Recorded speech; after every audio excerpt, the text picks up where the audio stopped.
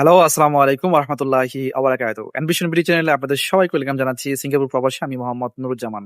যারা সিঙ্গাপুর আসতে চাচ্ছেন নতুন অথবা যারা সিঙ্গাপুর অলরেডি আছেন, আজকের ভিডিওটা ২ পক্ষের জন্য আমি মনে করি খুবই গুরুত্বপূর্ণ।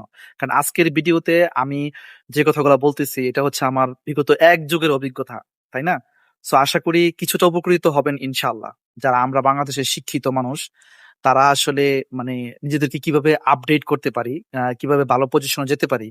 সিঙ্গাপুরে বেশিরভাগই প্রায় 99% কি আসে? জেনারেল ওয়ার্কার হিসেবে বাংলাদেশ থেকে আসে। স্কিল, আনস্কিল অ্যাজ পার যেভাবেই বলেন না কেন, সেটা মানে জেনারেল ওয়ার্কার হিসেবেই সিঙ্গাপুর আসে। এখন যারা শিক্ষিত মানুষ তাদের তো জেনারেল ওয়ার্কার হিসেবে পড়ে থাকার কোনো মানে হয় না, তাই না? তো সিঙ্গাপুরে অপরচুনিটি আছে। আপনি নতুন আসার পরে আপনার ১ম কাজ হচ্ছে আপনি ঋণমুক্ত হওয়া। মানে বাংলাদেশে আপনি স্টেবল থাকেন, ফ্যামিলি সচ্ছল থাকুক, অসচ্ছল থাকুক, দায়ী থাকুক, আপনি আগে ঋণমুক্ত হন। যে কয় বছরই লাগুক না কেন। ঋণমুক্ত হওয়ার পর আপনার ১ম টার্গেট নেন। আপনি নিজের সাথে বুঝা পরামর্শ করেন যে আপনি আসলেও কিরকম পারফেক্ট? আপনি কি ভালো কাজ বুঝেন? নাকি আপনি ভালো মানে এডুকেটেড পারসন, ইংলিশে খুব কোয়ালিফাই, আপনি ভালো কথা বলতে পারেন স্মার্টলি। তারপরে মানে আপনি মোটামুটি মেধাবী। তাহলে আমি বলব আপনি সিঙ্গাপুরের ২-৩ টা সার্টিফিকেট করেন এই সেক্টর গুলোতে। সিঙ্গাপুরে যারা কনস্ট্রাকশন সেক্টরে আসেন, বেশিরভাগই কনস্ট্রাকশন সেক্টরে আসে। সো তাদের জন্য আমি বলবো আপনারা সেফটি সুপারভাইজার, WSS সুপারভাইজার যেটাকে বলে। তারপর WSS কোঅর্ডিনেটর আছে, work place safe and health coordinator যেটা। এরপরে এই জাতীয় যে সেফটি অফিসার, এগুলো অনেক হায়ার লেভেলের সার্টিফিকেট। এগুলো করতে পারলে আপনি যদি দেখেন, বিশেষ করে সেফটি সুপারভাইজার, সেফটি কোঅর্ডিনেটর এবং সেফটি অফিসার, এই ৩টা সার্টিফিকেট যদি আপনি করতে পারেন, যদি আপনার যোগ্যতা থাকে, হ্যাঁ, তাহলে আপনি সিঙ্গাপুর কিন্তু পিআর পর্যন্ত নিতে পারবেন এবং ভালো একটা কোম্পানিতে ভালো স্যালারিতে আসতে পারবেন কিন্তু। লাইফটা শাইন হবে। দেখেন, এই সার্টিফিকেট গুলো কিন্তু অযথা করবেন না। যারা যোগ্যতা নাই, কমিউনিকেশন স্কিল ভালো না, তারা কিন্তু করবে না। দেখেন সিঙ্গাপুরে অহরহ হাজার হাজার লোক এই সার্টিফিকেট করে বসে আছে। এনিহাও একজনের বুদ্ধি দিছে বা তার কোম্পানির একজন করছে বা তার রুমমেট করছে, দেখা দেখি সেও করছে।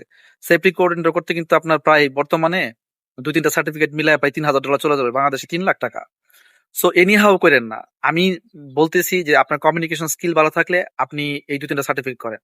আর যদি আপনি মোটামুটি এভারেজ মানুষ হয়ে থাকেন যে আপনার কমিউনিকেশন স্কিল ভালো না, আপনার তো ওরকম ছাত্র ভালো না, এরপরেও আপনার জন্য অপরচুনিটি আছে। সেটা হচ্ছে কনস্ট্রাকশন সেক্টরে লিফটিং সুপারভাইজার, হ্যাঁ, তারপরে কনস্ট্রাকশন সেক্টরে ওয়েল্ডিং এর সার্টিফিকেট, অথবা কনস্ট্রাকশন সেক্টরে কি বলে স্ক্যাভেটর যে সার্টিফিকেট, স্ক্যাভেটর যেই আমাদের বাংলাদেশে যেটা ভেকু বলে, হ্যাঁ, এটার সার্টিফিকেট নিতে পারেন। স্ক্যাভেটর সার্টিফিকেটটা অনেক হায়ার একটা অপশন। এটা নিতে পারলে আপনার ভালো ভালো মেইন কলেজে ঢুকতে পারেন, ভালো টাকা বেতন পাবেন। এখন আমি আর একটা স্পেশাল জিনিস নিয়ে কথা বলতে চাই, সেটা হচ্ছে সিঙ্গাপুরের ড্রাইভিং। সিঙ্গাপুরে যাদের মনে করেন যে ভালো ওরকম যোগ্যতা আছে কিন্তু ওইসব কনস্ট্রাকশন সেক্টরে আপনাদের ভালো লাগে না, তাহলে আপনারা ড্রাইভিংটা পরীক্ষা দিয়ে পাশ করে লাইসেন্স নিতে পারেন। সিঙ্গাপুরে ড্রাইভিং এর কিন্তু অনেক মান আছে এবং এখানে কিন্তু ড্রাইভিং জবটা খুবই ভালো।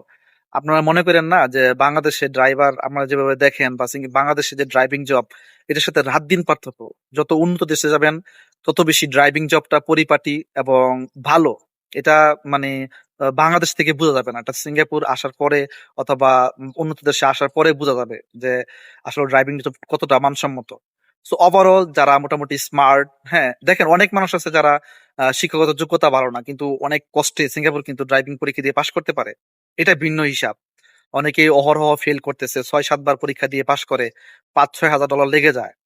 তো আমি বলবো আমার মতে যারা মানে ভালো ইংলিশ পারেন না বা কমিউনিকেশন স্কিল ভালো না, তারা আপনারা মানে কাজের উপর ভালো মানে সার্টিফিকেট করেন।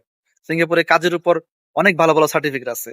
আর যাদের কমিউনিকেশন স্কিল ভালো, যোগ্যতা ভালো, তারা আপনারা এই যে ড্রাইভিং এটা করতে পারেন, অথবা যে সেফটি যে সেফটি রিলেটেড যেই কোর্স গুলো আছে ওগুলো করতে পারেন। সিঙ্গাপুরে আপনি যেই কোর্সই করেন না কেন, এটা যোগ্যতা ভিত্তিক করবেন। আমি আবারও বলতেছি, যোগ্যতার বাইরে কোনো কিছু করতে যায় না, শুধুমাত্র অন্যের বুদ্ধি নিয়ে আরেকজন আপনি দেখতেছেন তার যোগ্যতা নাই অথচ সে ভালো কিছু করে ফেলাইছে, এটা কইরা ভাই, নো নেভার। হ্যাঁ, সিঙ্গাপুরে হয়তো বা ২-১টা ব্যতিক্রম উদাহরণ আছে যারা হয়তো বা কম যোগ্যতা নিয়ে অনেক ভালো জায়গায় যেতে পারছে। এটা কিন্তু ব্যতিক্রম, এটা সচরাচর না। সিঙ্গাপুরে যারাই ভালো জায়গায় গেছে তারা যে ভালো যোগ্যতা নিয়েই গেছে। অতএব আপনি ব্যতিক্রম উদাহরণ দেখে পাগল হয়েন না। আপনি আপনার যোগ্যতার ভিত্তিতেই চেষ্টা করবেন সার্টিফিকেট গুলো করার জন্য, এবং এনিহাও মানুষের পরামর্শ নিয়েন না, টাকাগুলো খরচ করেন না। আমি নিজে ব্যক্তিগতভাবে অনেক সার্টিফিকেট করছি, অনেকগুলা কোর্স করছি। সব সার্টিফিকেট কিন্তু আমি কাজে লাগাইতে পারছি না। ঠিক আছে? হয়তো বা দেখছি এই সার্টিফিকেটটা ভালো হবে, ওইটা ভালো হবে, করছি। কিন্তু অনেকগুলো এখন বর্তমানে নো ইউজ। যাই হোক, সো আমি যে কথাগুলো বলছি ভাই, এটা আমার সিঙ্গাপুরের এক যুগের অভিজ্ঞতা থেকে বলছি। না জেনে শুনে আমি বলি নাই। আমার যতটুকু বুঝতে পারছি, আমি আমার জ্ঞানের ভিত্তিতে এবং বাস্তবতার ভিত্তিতেই কথা বললাম। তো আজকে এই পর্যন্তই। সিঙ্গাপুরের এই বিষয়গুলো যদি নিয়মিত আপনারা জানতে চান, তাহলে অ্যাডমিশন ব্রেকে সাবস্ক্রাইব করতে পারেন ইনশাল্লাহ। সবাই ভালো থাকেন, সুস্থ থাকেন, নিরাপদ থাকেন। ধন্যবাদ সবাইকে।